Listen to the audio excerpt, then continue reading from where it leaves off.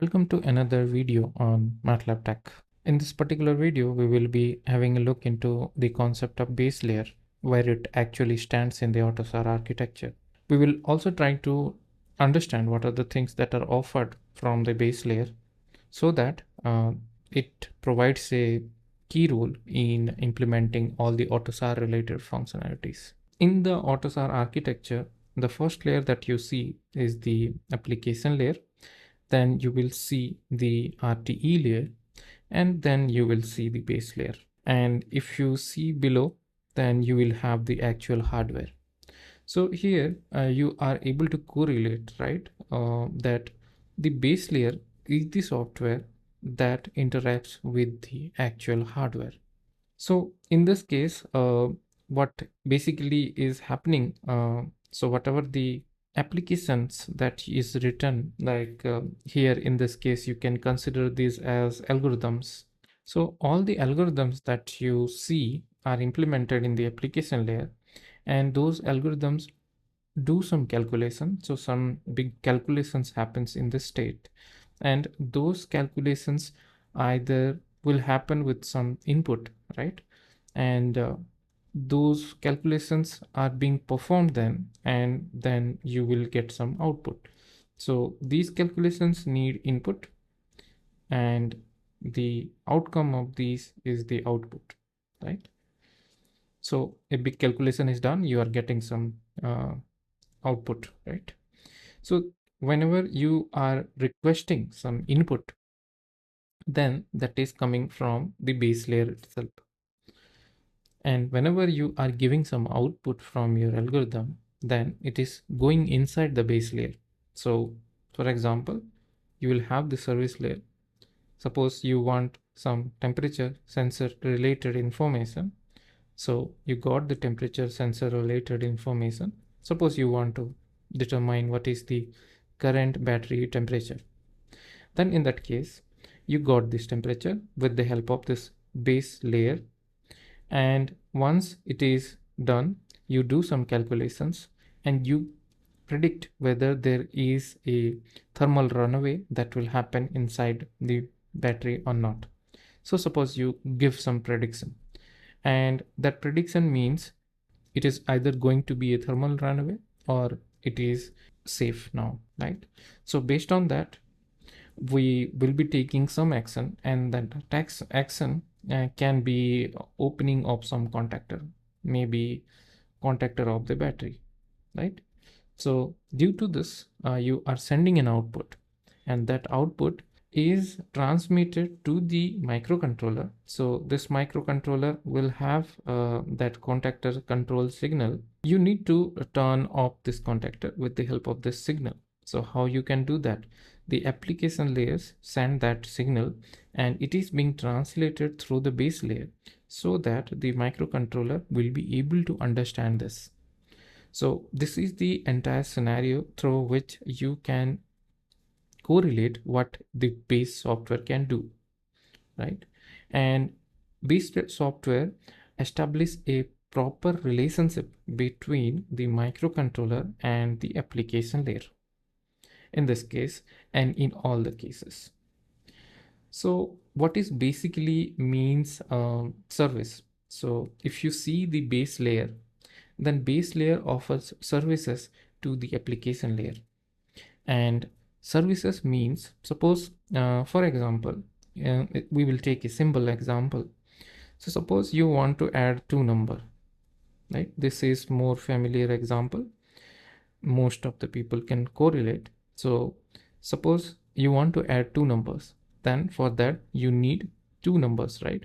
Suppose the first number is A and the second number is B. Okay, so once you give this, then you will be getting the outcome as maybe C as the sum of the numbers. C is the service that you are getting, and A and B are the request that you are asking with the help of this function. So what you will type when you do call this particular service or request for the service, add, and in the bracket you may provide A comma B, right?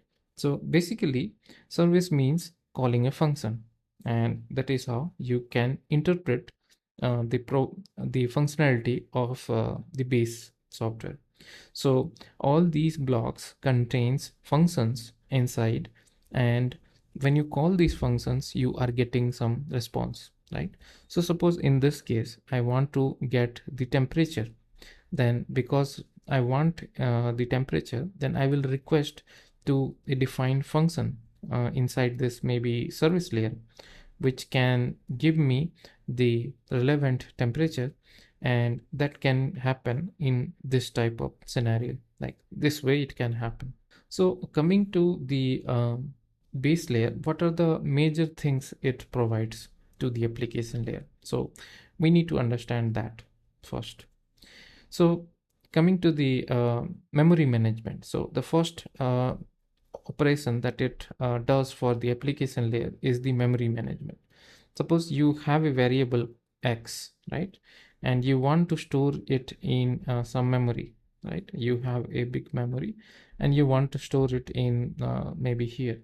So the memory management software will come into picture in this case. And suppose if you want to store one more variable y, then it will not store in the same place, but it will store in some other places, right?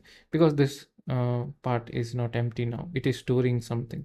So the management of the memory and how the variables will be storing, those things are being operated or managed with the help of this memory management part. And it also provides APIs through that the application layer can coordinate and manage the memory with the help of this memory management block that is present inside this base layer. Based on this, like suppose you have a vehicle. So you have a vehicle, and in the vehicle, suppose you have a parameter, like a vehicle parameter, like suppose you want to have the wheel radius as the parameter, right? So these things will not change when you do run the vehicle, right? Wheel radius will not change. So such things are called parameter, which do not change with the time, and also it represents the system, right? So such things when you do implement, so you need to calibrate the software with these parameters. So suppose you have a set of parameters which are present uh, to give a setup constant to your software. So those things need to be present in the memory. So the calibration parameter storage also can be done in the memory management part, right, with the help of this application layer.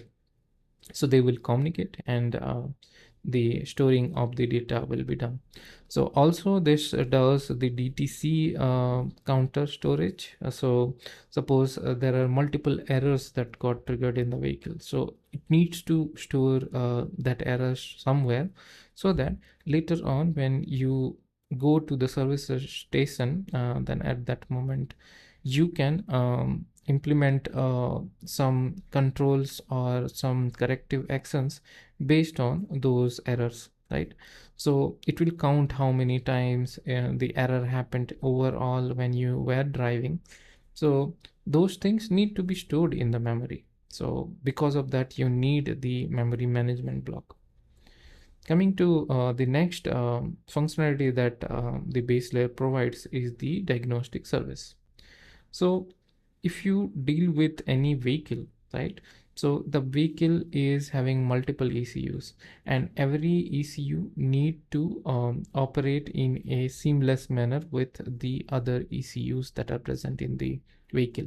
And now suppose in one ECU, so suppose you have one ECU in which the error got triggered, right? And in the memory, it is storing all those errors. Then how you will access those errors? So these access can be done with the help of some diagnostic service. So when you trigger some diagnostic service, it will come here, and then the operation happens, and interaction with the application layer also happens, and through that you will be able to understand how these diagnostic or how this error appeared in the simulation. So for example, suppose I have two cells, right? One cell is having 100% SOC and another cell is having 80% SOC, right? So how I can generate this scenario artificially? This can be done with the help of this diagnostic service, right? So I just want to trigger this scenario. So I can tell the diagnostic service that create this scenario, then it will be created, and then you will be monitoring whatever the possible functionalities that are there inside the implementation or the application layer. So such things can be done with this. And the last but not the least, the communication protocol. So when you deal with the CAN network, right? So you will definitely have the CAN protocol present in the ECU, and you need to frame the messages in the form of these CAN frames, right? So whenever any data that is coming out from the application layer, so those data will not come from only one software component, right? It will come from multiple software component.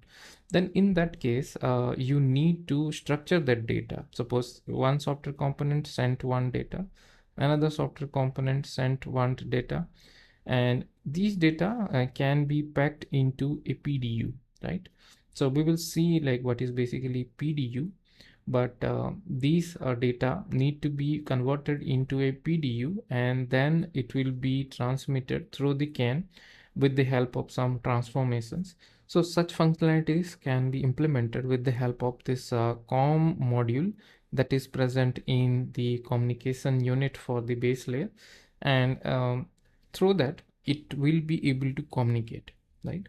So in summary, what we've seen over here is when you are dealing with the application layer and the base layer, then base layer provides some of the relevant functionalities that is related to memory management, diagnostic service, and also the communication protocols, so that it will work seamlessly with the underneath hardware. So with the underneath hardware to coordinate with the other ECUs, so that whenever you are developing this entire vehicle system, right, so that it will behave like one product and it will perform seamlessly, and driver will not experience any issue because of these frameworks implemented, right, or any problem in the software.